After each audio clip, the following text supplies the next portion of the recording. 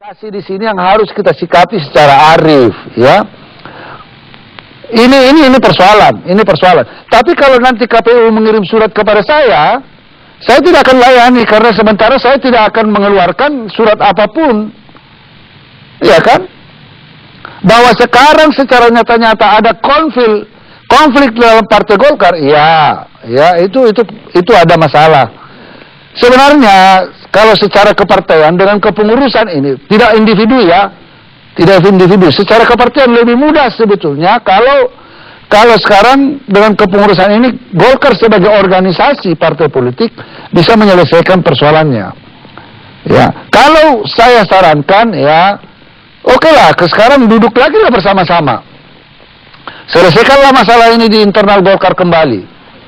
Bolehlah nanti sudah berdamai datang ke kita. Oke. Mungkin nggak Golkar duduk bersama, Malah? Di dalam dunia politik itu semuanya kemungkinan ada. Tetapi di dalam kenyataannya saya lihat tidak bisa. Karena apa? Kami keluar dari KMP. Di sana masih ada ngotot yang KMP. Ini sudah berbeda. Jadi ini namanya garis politik. Makanya sore tadi saya umumkan SP1 untuk Setia Novanto, SP1 untuk Ade Komarudin, SP1 untuk Bambang Susatyo. Karena apa? Loyalitas tidak ada. Pimpinan itu PDLT, prestasi, dedikasi, loyalitas. Dan tidak tercela.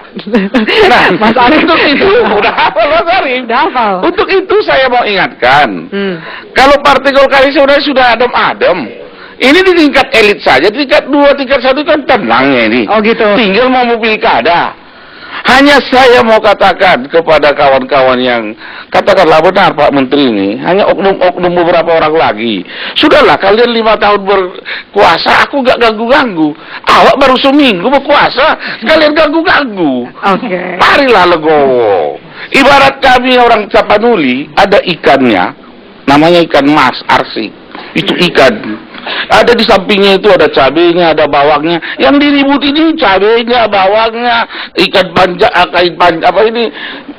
Yang utama itu adalah soal kepengurusan dan kelembagaan. Itu ikan masnya. Jangan ikan masnya ini kau buang, yang teteh ini yang kau ributkan. Baik, ini kan jadi panjang sebenarnya kan urusan hak angket. Ya, jadi tidak ada. Bagaimana Anda membaca ke depan nasib hak angket ini, Mas? Tidak ada yang alergi terhadap hak angket. Itu sesuatu yang normal dan biasa saja. Tapi saya juga ingin tegaskan, itu bukan hak anggota. Itu hak DPR sebagai institusi. Anggota hanya mengusulkan, maka ada syarat 25 anggota dan lebih dari 1 fraksi, setidaknya 2 fraksi.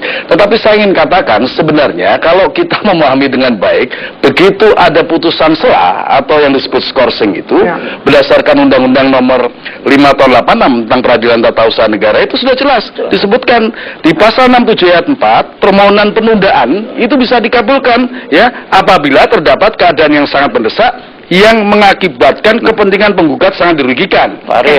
Dengan putusan itu. Jika tidak dapat dikabulkan, kepentingan angket itu tidak dapat dikabulkan apabila kepentingan umum dalam rangka pembangunan. Jadi adanya putusan sela karena bukan kepentingan umum. Begitu juga dijelaskan di dalam pasal penjelasannya dalam pasal 67 Undang-Undang Peradilan Tata Usaha Negara. Begitu. Nah, karena itu sebenarnya sejak awal pemahaman tentang berdampak luas pada masyarakat, bangsa dan negara, dan itu dikategorikan sebagai kepentingan yang bersifat umum, publik, betul? Jelas tidak. Nah, artinya saya ingin mengingatkan sia-sia, tetapi sebagai upaya politik tentu sah-sah saja. Konstitusi mengatur, Undang-Undang MD3 juga mengatur, begitu. Nah, karena itu maka sebaiknya energi DPR itu digunakan untuk hal-hal yang lebih produktif, lebih produktif, lebih berdaya guna untuk urusan-urusan yang sifatnya langsung kepentingan publik. Misalnya soal kemiskinan, soal harga bahan pokok yang gonjang-ganjing terus, seiring dengan harga BBM yang juga naik turun, gitu kan, kelangkaan pupuk dan lain sebagainya. Gitu.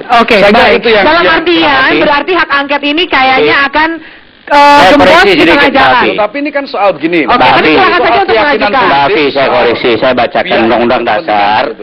Silakan Pak. Anggota di pasal 22, 20A ayat 3. itu adalah konstitusi ini.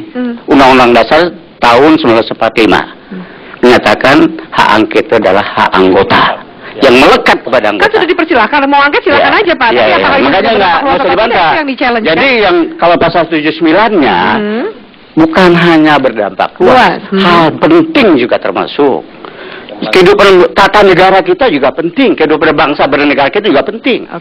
Ini bukan hanya kehidupan berdampak luas kehidupan masyarakat, tapi berdampak kepada kehidupan berbangsa dan bernegara kita. Ya kan sekarang aja DPR susah bersidang. Penting, strategis dan berdampak luas. Jadi yang kalau saya membacakan secara lengkap ada dia.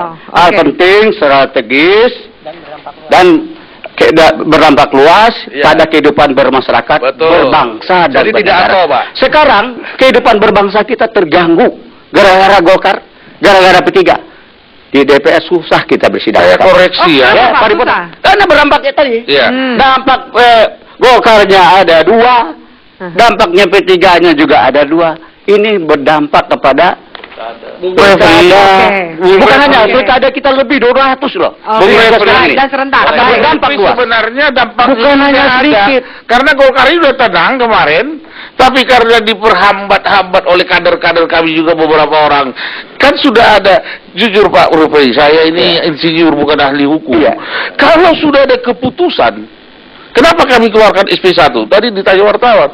Saya jawab, Kak, saya ini alumni Lemhanas. Kalau ada keputusan, siap, anggota fraksi harus tunduk. Jadi ini yang dibuat kepada kebetulan Agung Laksono tunduk. Ini masih olah-olah soal urusan TTP teknis. Apa itu belum paripurna.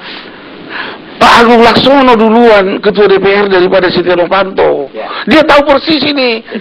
Jadi jangan kita berbalik hanya karena TTP yang masuk di bawah masyarakat. Enggak. Baik, saya minta ke Mas Hanta dulu. Silakan Mas Hanta, tolong. Persis kemarin di Prime Time News ya, bersama dan ini terjadi sekarang. Saya memprediksi itu akan dengan jalannya sendiri.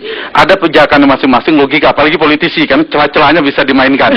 Nah, kedua-dua akan yang menyulitkan Golkar, menyulitkan di pilkada, menyulitkan juga di DPR sendiri secara kelembagaan. Keduanya saya tidak ingin mengulang bahwa nanti sepertinya tidak diikuti, tanda petik ya, meskipun kalimatnya menghormati hasil keputusan selah, apalagi dan seterusnya, karena Menkumham tadi sudah mengatakan, jadi ada pijakan. Nanti juga di kubu Abu Rizal Bakri juga hal yang sama, mengatakan begini dan seterusnya. Tetapi menurut saya yang jauh lebih penting untuk konteks hak angket ini adalah kita ingin untuk rakyat. Mungkin saya bagian dari publik, karena kalau belajar dari angket Senturi, angket pajak, semuanya itu layu sebelum berkembang. Ada motifnya untuk kekuasaan, wajar. Dan saya ingin menyampaikan itu. Kedua, ekonomi politik akhirnya memperkuat posisi tawar di hadapan presiden. Kepentingan ekonomi politik, kemudian citra politik di publik. Jadi banyak semuanya. Saya ingin hanya memastikan partai apapun, mau hak angket atau apapun, semuanya dipertemukan oleh konstitusi dan undang-undang tadi untuk kepentingan rakyat. Saya garis bawahi kepentingan rakyat. Karena tadi saya tambahkan kita juga nanti saya kasih giliran kepada Anda. Mohon maaf, saya harus jeda dulu sesaat lagi, tetaplah bersama kami. Tapi giliran Anda pertama di segmen ini.